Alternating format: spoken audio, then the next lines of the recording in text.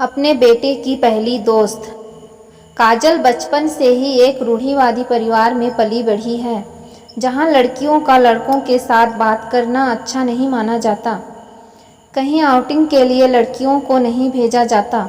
भले ही उसके पापा ने उसे मेडिकल का कोर्स करवाया हो, लेकिन कभी भी उसे अकेले बाहर नहीं भेजा, चाहे फिर वह मेडिकल कॉन्फ्रेंस ही क्यों ना हो। उसको सिटी के बाहर जाने की परमिशन नहीं थी। काजल भी बहुत ही शर्मीली स्वभाव की और बहुत ही सुलझी हुई लड़की थी। उसने कभी भी इस बात के लिए अपने माता पिता से बहस नहीं की, क्योंकि वह समझती थी कि ये शायद उनकी असुरक्षा है। आजकल का माहौल देखते हुए जो उन्हें ऐसा करने पर मजबूर करती है, पर अंदर ही अंदर जब वो दूसरों लड़कियों को खुलकर एंजॉय करते हुए देखती थी तो मन ही मन बहुत उदास हो जाती थी। पर संस्कारों की वजह से खुद पर संयम रखना उसे बखूबी आता था। कॉलेज में उसकी एक सहेली थी, रिया, जो उसके इस स्वभाव की कायल थी। और वह कहती थी, पता नहीं तू कैसे यह सब मैनेज कर लेती है।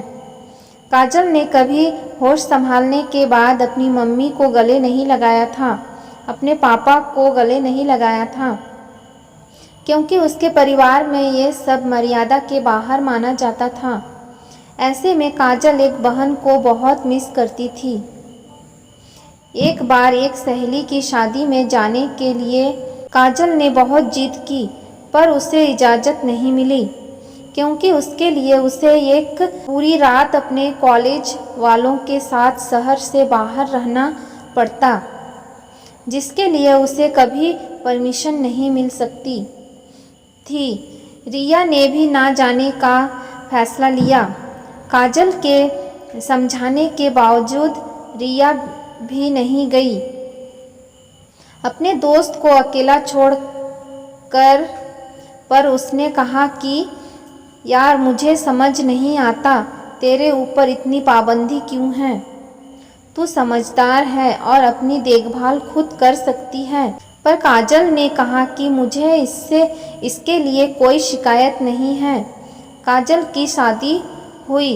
राहुल काजल को बहुत प्यार करता था, उसे बहुत घुमाता था, जिसका काजल का शुरू से शौक था, पर वह कभी घर से बाहर नहीं गई थी।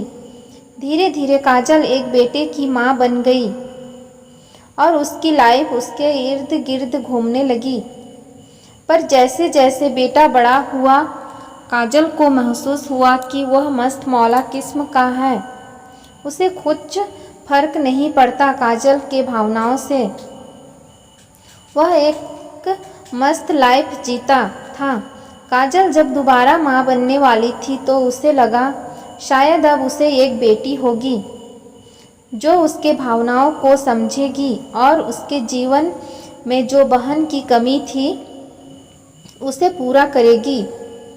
लेकिन इस बार भी काजल का बेटा हुआ। काजल थोड़ा मायूस हो गई, क्योंकि अब उसके जीवन में कभी वो पल नहीं आएगा कि वो अपनी बहन या बेटी से अपना हाल चाल साझा कर पाएगी।